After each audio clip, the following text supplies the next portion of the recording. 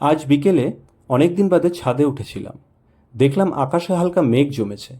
এ যেন এক মন মুগ্ধ করা পরিবেশ। আর একথা সত্যি যে বৃষ্টি আসার আগের মুহূর্ত অনেক বেশি সুন্দর হয়। আর ছাদে এসেছিল আমাদের ভুলু।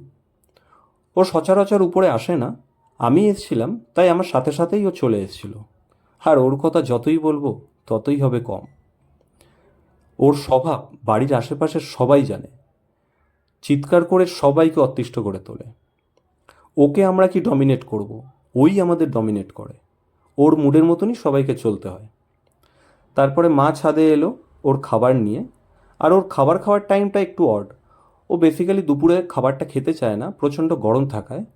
ও খাবারটা বিকেল হলেই খায়। আর ও ছাদেই খাবারটা খেতে চায়।